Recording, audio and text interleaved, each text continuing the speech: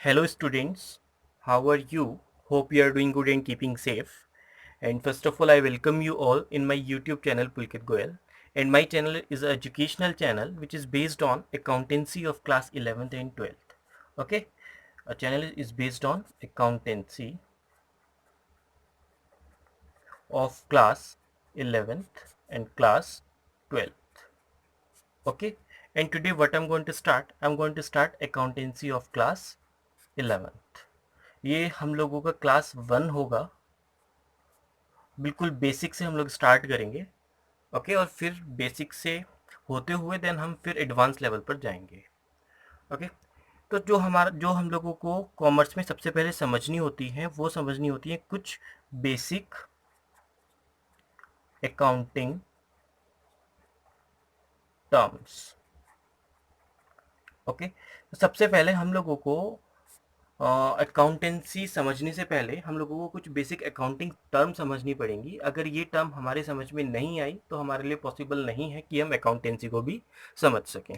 ठीक है, तो आज का सेशन हमारा बेस्ड होगा बेसिक अकाउंटिंग टर्म्स के ऊपर, और शायद आने वाले 2 या 3 सेशन में बेसिक अकाउंटिंग टर्म्स के ऊपर ही लूँगा। देन बेसिक अकाउंटिंग टर्म्स को अच्छे से समझने के बाद हम लोग अपना न्यूमेरिकल पोर्शन स्टार्ट करेंगे। ओके, तो जो सबसे पहले हम लोगों का बेसिक अकाउंटिंग टर्म आता है वो आता है आपका proprietor. Okay, proprietor.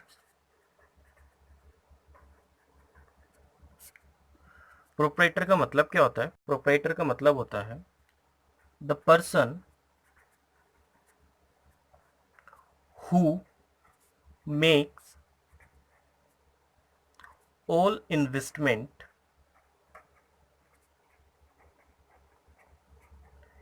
And bears all risk.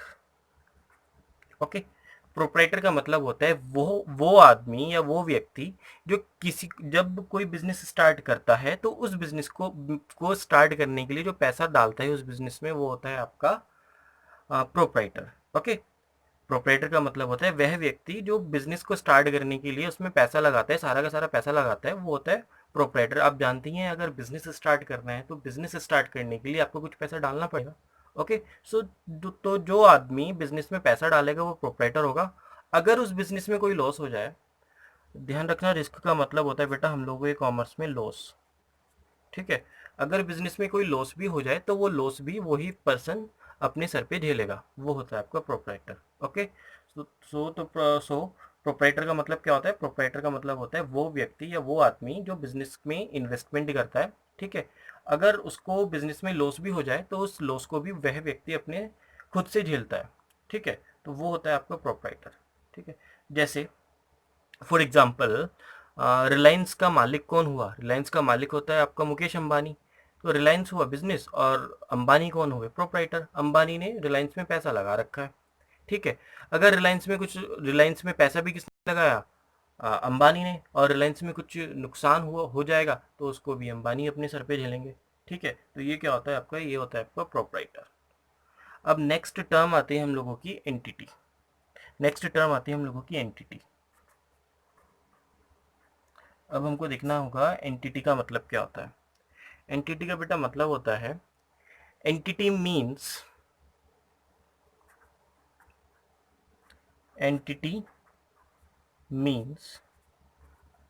any economic unit any economic unit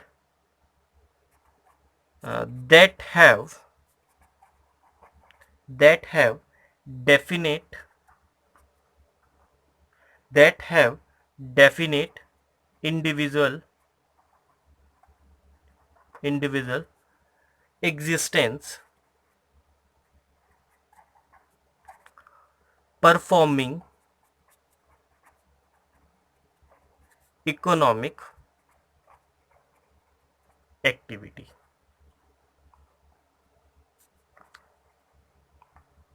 performing economic activity. Entity का मतलब क्या होता है? कोई भी इकोनॉमिक यूनिट। इकोनॉमिक यूनिट का मतलब क्या होता है? कोई भी बिजनेस। ठीक है, that have definite individual existence, जिसकी अपनी खुद की पहचान है, जिसकी अपनी खुद की पहचान है और वो क्या कर रही है, वो कर रही है that existence performing economic activity, जो इकोनॉमिक एक्टिविटी को परफॉर्म कर रही है। इकोनॉमिक एक्टिविटी का मतलब क्या होता है, any activity relating to or relating to money.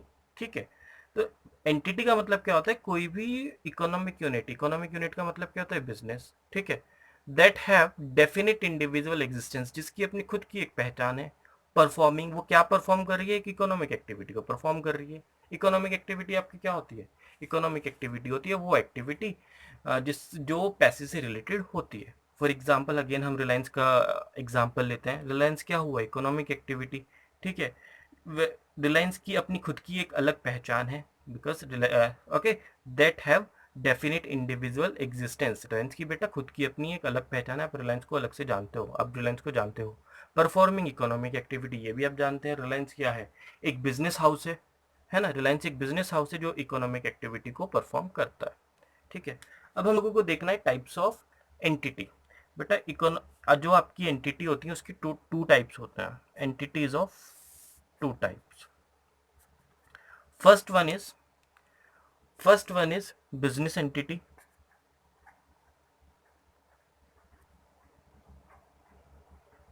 And second one is non business entity.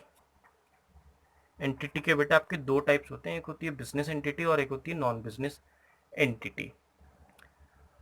अब हम देखते हैं दोनों का अलग से क्या मतलब होता है, बिजनेस एंटिटी क्या होता है, नॉन बिजनेस एंटिटी क्या होता है। अगर मैं बात करूं बिजनेस एंटिटी की, अगर मैं बात करूं बिजनेस एंटिटी की,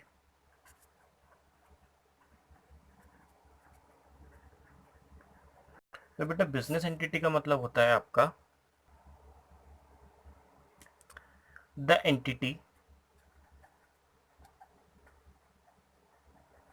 whose motive is to earn profit।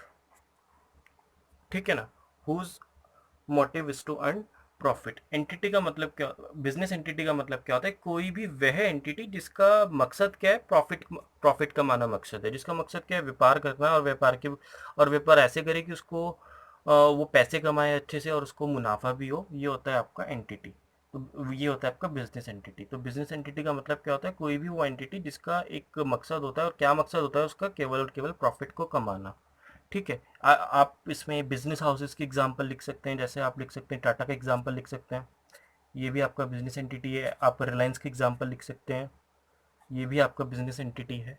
ठीक है, तो बिजनेस एंटिटी का मतलब क्या होता है, कोई भी वो एंटिटी जिसका मकसद पैसा कमाना होता है। एग्जाम्पल टाटा हुआ, Reliance, Birla, etcetera and etcetera, there are so many business entities in our country.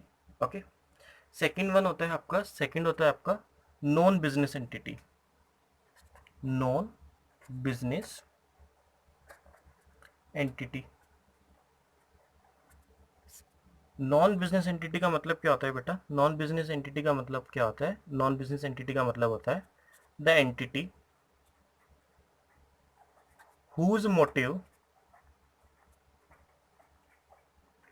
is not to earn profit। Okay, non business entity का मतलब क्या होता है, वो एंटिटी जिसका मकसद मुनाफा कमाना नहीं है, मतलब इसका मकसद व्यापार करना नहीं है, कुछ सामाजिक सुविधाएं देना इसका इसका मकसद हो सकता है। ठीक है, फॉर एग्जाम्पल, आप एग्जाम्पल के तौर पर लिख सकते हैं स्कूल, कॉलेजेस, यूनिवर्सिटीज। ओके, ये आपके होते हैं non business entity. School university का मकसद पैसा कमाना नहीं होता है बेटा, इनका मकसद क्या होता है, इनका मकसद होता है कि वो एजुकेशन को स्प्रेड करें, एजुकेशन को फैलाएं सोसाइटी में। तो ये होता है आपका non business entity. Okay, I hope कि आपका एंटिटी का टॉपिक क्लियर हुआ होगा। अब हमें नेक्स्ट टॉपिक स्टार्ट करना है, जो नेक्स्ट टॉपिक है हम लोगों का एसेट्स। नेक्स्ट टॉपिक है हम लोगों का एसेट्स। ठीक है, अभी हम लोगों ने कौन सा टॉपिक कवर किया, अभी हम लोगों ने कवर किया प्रोप्राइटर कवर किया, देन उसके बाद एंटिटी कवर किया। एंटिटी का मतलब क्या होता है, एंटिटी का मतलब होता है कोई भी इकोनॉमिक यूनिट जिसकी अपनी खुद की एक पहचान है और वो इकोनॉमिक एक्टिविटी को परफॉर्म कर रही है। ठीक है ना, फिर हमने देखा इसके दो टाइप होते हैं, एक बिजनेस एंटिटी और एक नॉन बिजनेस एंटिटी। ओके। फिर हम लोगों ने देखा बिजनेस एंटिटी का मतलब क्या होता है और नॉन बिजनेस एंटिटी का मतलब क्या होता है। बिजनेस एंटिटी का मतलब क्या होता है, कोई भी वो एंटिटी जिसका मकसद होता है पैसे को कमाना, प्रॉफिट को कमाना, वो होता है आपका बिजनेस एंटिटी। फिर हम लोगों ने देखा नॉन बिजनेस एंटिटी। तो बेटा नॉन बिजनेस एंटिटी का मतलब होता है कोई भी वो एंटिटी जिसका मकसद पैसे को कमाना नहीं होता है। जैसे स्कूल हमने देखा, यूनिवर्सिटीज़ हम लोग ले सकते हैं, कॉलेजेस हम लोग ले सकते हैं, ये सब होते हैं आपके नॉन बिजनेस एंटिटी। अब हम लोगों को नेक्स्ट टॉपिक स्टार्ट करना है जिसका नाम है एसेट्स। ये आपका मोस्ट इंपॉर्टेंट टॉपिक है, थोड़ा ध्यान से समझना बेटा। Next topic is your assets. अभी हम लोग देखते हैं एसेट्स का मतलब क्या होता है। एसेट्स का मतलब क्या होता है, the valuable things, the valuable things controlled by business, controlled by business are known as assets. Okay. Assets का मतलब क्या होता है, कोई भी चीज, एनी, कोई भी चीज जिसकी कुछ वैल्यू है, जिसकी कुछ वैल्यू है, कोई भी चीज जिसकी कुछ वैल्यू है, कुछ वैल्यू का मतलब क्या है, जिसको हम पैसे में कन्वर्ट कर सकते हैं। ठीक है। और साथ में वो कंट्रोल की जाती है, किसके थ्रू कंट्रोल की जाती है, बिजनेस के थ्रू। वो क्या होती है, एसेट्स होती है। ठीक है। तो बेटा एसेट्स क्या होती है, एसेट्स होती है कोई भी चीज जिसकी कुछ वैल्यू है और वो चीज कंट्रोल की जाती है बिजनेस के थ्रू, तो वो होती है आपकी एसेट्स। ओके। अब हम लोग इसके देखेंगे टाइप्स। जब हम लोग इसके टाइप्स समझेंगे तब जाकर आपका एसेट्स और अच्छे से क्लियर होगा। ओके बेटा। ओके बेटा, अब देखते हैं हम लोग इसके टाइप्स कौन कौन से होते हैं। Classification of assets, classification of assets. जब हम लोग इसका क्लासिफिकेशन समझ लेंगे तब जाकर आपको एसेट्स की डेफिनेशन भी काफ़ी अच्छे से क्लियर होगी। ठीक है बेटा। अगर हम इसके क्लासिफिकेशन की बात करें तो आपके कौन कौन से एसेट्स होते हैं। सबसे पहले आते हैं आपके टेंजेबल एसेट्स, टेंजेबल एसेट्स। फिर आते हैं आप लोगों के इनटेंजेबल एसेट्स, इनटेंजेबल एसेट्स। एक होते हैं आपके बेटा करंट एसेट्स,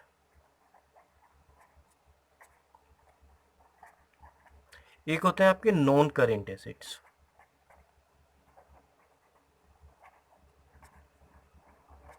एक बेटा आपके होते हैं fictitious assets, fictitious assets, fictitious assets. अब वन बाय वन हम लोगों को ये सब समझने हैं। इनको समझने के बाद हमारा जाकर आपका जो एसेट्स का टॉपिक है ये अच्छे से आपका बेटा क्लियर हो पाएगा। ओके बेटा, तो अब हम लोग स्टार्ट करते हैं इनको वन बाय वन समझना। तो सबसे पहले हम लोगों को समझना है टेंजेबल एसेट्स। ओके बेटा, सबसे पहले हम लोगों को समझना है tangible assets, tangible assets. Okay. अगर मैं बात करूं टेंजेबल एसेट्स की तो टेंजेबल एसेट्स का मतलब क्या होता है। Tangible assets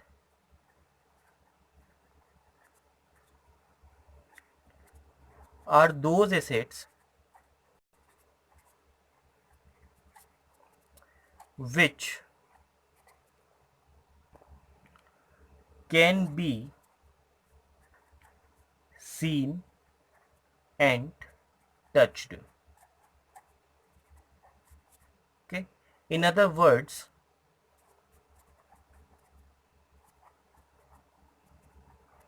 they have physical existence.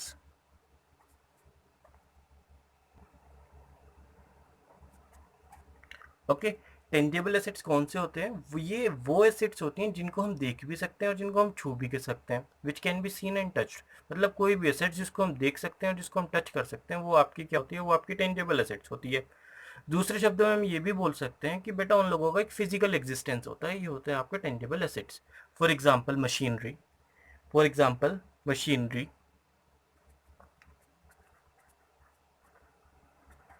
एक मशीनरी है बेटा आपके पास कोई भी, क्या आप मशीनरी को देख सकते हो, हाँ। क्या आप मशीनरी को टच कर सकते हो, हाँ जी आप टच कर सकते हैं। तो ये किसका एग्जाम्पल हुआ आपका, टेंजेबल एसेट्स का फर्नीचर, बेटा क्या आप फर्नीचर को देख सकते हो? हाँ देख सकते हो। क्या आप फर्नीचर को टच कर सकते हो? हाँ जी बेटा टच भी कर सकते हो, तो ये क्या हुआ आपका टेंजेबल एसेट्स। Okay etcetera. तो बेटा ध्यान रखना, कोई भी चीज़ जिसको आप देख सकते हो या उसको टच कर सकते हो वो होता है आपका tangible assets. Got it? Okay. Next one आपका आता है, नेक्स्ट होता है आपका intangible assets.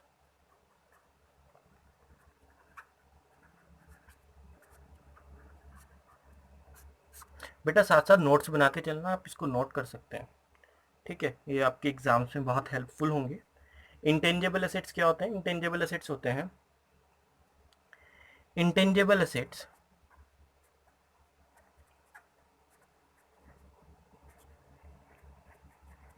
are those assets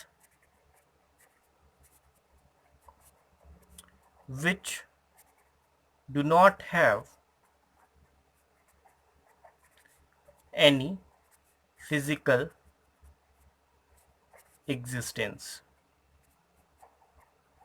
okay. Intangible assets कौन सी एसेट्स होते हैं? ये वो एसेट्स होते हैं जिसकी कोई फिजिकल एग्जिस्टेंस नहीं होती, ये आपकी इनकी कोई फिजिकल एग्जिस्टेंस है ही नहीं, आप इनको देख नहीं सकते हो, आप इनको टच नहीं कर सकते हो, तो ये कौन से एसेट्स होते हैं? ये इंटेंजेबल एसेट्स होते हैं बेटा। तो इंटेंजेबल एसेट्स कौन से एसेट्स होते हैं? जिनकी कोई भी फिजिकल एग्जिस्टेंस नहीं होती, ये होते हैं आप लोगों के intangible assets. Okay. For example trademark,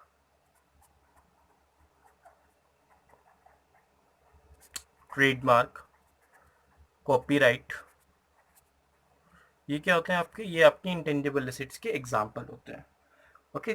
तो अभी तक हम लोगों ने क्या क्या कवर किया? अभी तक हम लोगों ने कवर किया आपका एसेट्स का टॉपिक। अब हम लोग कवर कर रहे हैं एसेट्स में हमने क्या देखा, कोई भी चीज़ जिसकी कोई कुछ वैल्यू होती है और वो चीज़ बिजनेस के थ्रू कंट्रोल की जाती है उसको हम लोग एसेट्स देखते हैं, बोलते हैं। फिर हमने क्लासिफिकेशन देखा, क्लासिफिकेशन कैसे होता है आपका एसेट्स का। सबसे पहले आते हैं आपके टेंजेबल एसेट्स, फिर आते हैं intangible assets, then current assets, non current assets assets और फिक्टिशियस एसेट्स। ओके बेटा। फिर हम लोगों ने देखा, फिर हम लोगों ने इनको वन बाय वन समझना स्टार्ट किया। तो सबसे पहले हम लोगों ने देखा, सबसे पहले आता है हमारा टेंजेबल एसेट्स। तो टेंजेबल एसेट्स कौन सा होता है? टेंजेबल एसेट्स वो होता है जिसको हम देख भी सकते हैं, छू भी सकते हैं और उनकी फिजिकल एग्जिस्टेंस होती है। For example machinery, furniture etcetera. Then हमने देखा इंटेंजेबल एसेट्स। बेटा इंटेंजेबल एसेट्स कौन सा होता है? इंटेंजेबल एसेट्स वो एसेट्स होते हैं जिनकी कोई भी फिजिकल एग्जिस्टेंस नहीं होती है, जैसे आपका ट्रेडमार्क, कॉपीराइट एक्सेट्रा। ओके। सो बेटा अभी हम आज इतना ही रखेंगे। आगे की बाइफर्गेशन या क्लासिफिकेशन ऑफ एसेट्स हम अपनी कमिंग सेशन में, नेक्स्ट सेशन में कंटिन्यू करेंगे, बिकॉज सेशन फिर बहुत लंबा हो जाएगा और लंबे सेशन बोरिंग हो जाते हैं। ठीक है। आई होप कि आप लोगों को सेशन पसंद आया होगा। ठीक है। तो बेटा आप चैनल को सपोर्ट कर सकते हैं, you can support the channel. Okay. what you have to do, you have to subscribe the channel, you have to like and you have to share this channel with your friends. Okay. If you face any doubt or any problem, you can give your suggestion also, okay, to make the channel better. तो आप लोग हम लोगों को comment, आप लोग हमें comment box में लिख सकते हैं। ओके। तो थैंक यू बेटा, thank you so much, take care.